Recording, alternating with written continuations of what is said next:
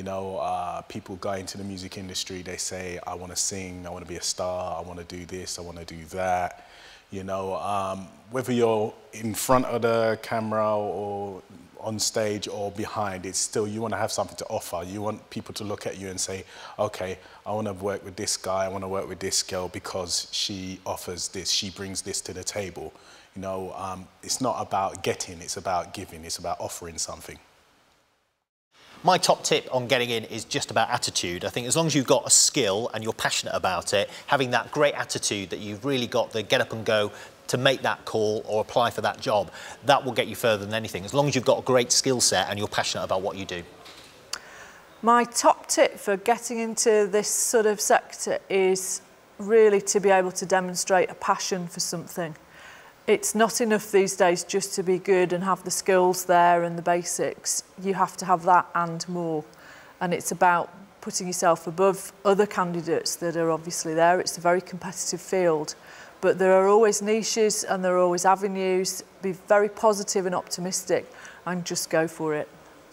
My top tip is to take advantage of everything that's out there now with the internet, both as a source of knowledge and best practice, but also as a source of constantly evolving tools and techniques for you to, in my industry, in journalism, to help you tell a story.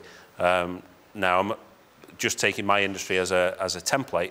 I would say that that's the same for most industries now. I would hope it would be, that there would be a significant repository of information and advice and best practice online that's just waiting for people to discover it. So if you're looking to get into an industry, my top tip would be to take advantage of the information that's out there and apply it to everything you do every day to stand out from the crowd.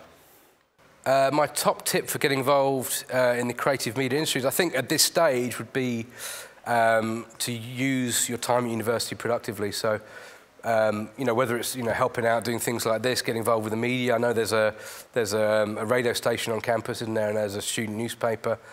Use your time productively. I know, you know, I would say socialising and drinking and partying is also a productive use of time when you're a student, because I think it's important to enjoy yourself, but there should also be scope along with studying to, you know, work your passions as well and find out if you have an interest in, say, the media or radio or television, whether, you know, in the practice of doing it, you really do enjoy it.